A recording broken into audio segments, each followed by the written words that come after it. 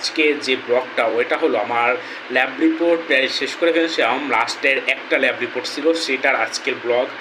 আর আজকে lab report শেষ করলাম এবং আজকে আপনাদের আমি ব্লগের শেষের দিকে দেখাবো ল্যাব রিপোর্টটা আমি কেমন করছি।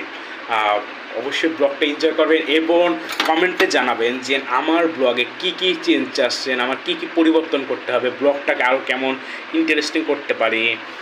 আপনাদের কমেন্ট আমি নিয়মিত পড়ি, আপনারা যা কমেন্ট করবেন সেই অনুযায়ী আমি ইমপ্লিমেন্ট করার চেষ্টা করব। আশা করব আপনারা আমাকে ভালো ভালো সাজেশন দেবেন।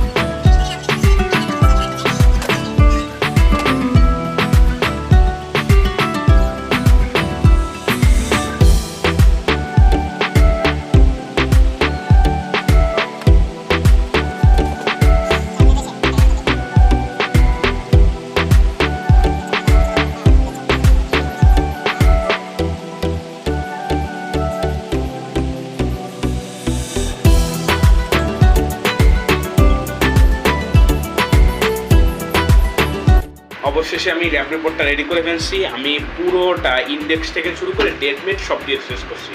আমাদের পুরো 2 বছরেরটা একসাথে দিয়ে দিচ্ছি ক্লাস 10 ওঠার পরে। এখন আমি পুরোটা রেডি করে ফেলছি। ইন্ডেক্সের আমি ডেটটাকে আমি গত বছরের কিছু লাস্ট ইয়ারের ডেট দিচ্ছি আর এই বছরের ডেট দিয়ে আমি পুরোটা শেষ করছি। তারপরে পেন্সিল দিয়ে লেখা, তো তারপরে যদি স্কুলে চেঞ্জ করতে বলে আমি সেটা পরবর্তীতে চেঞ্জ করে নিব। এটা হলো আমার একটা চিত্র আঁকছি, দেখাই এক একটা করে।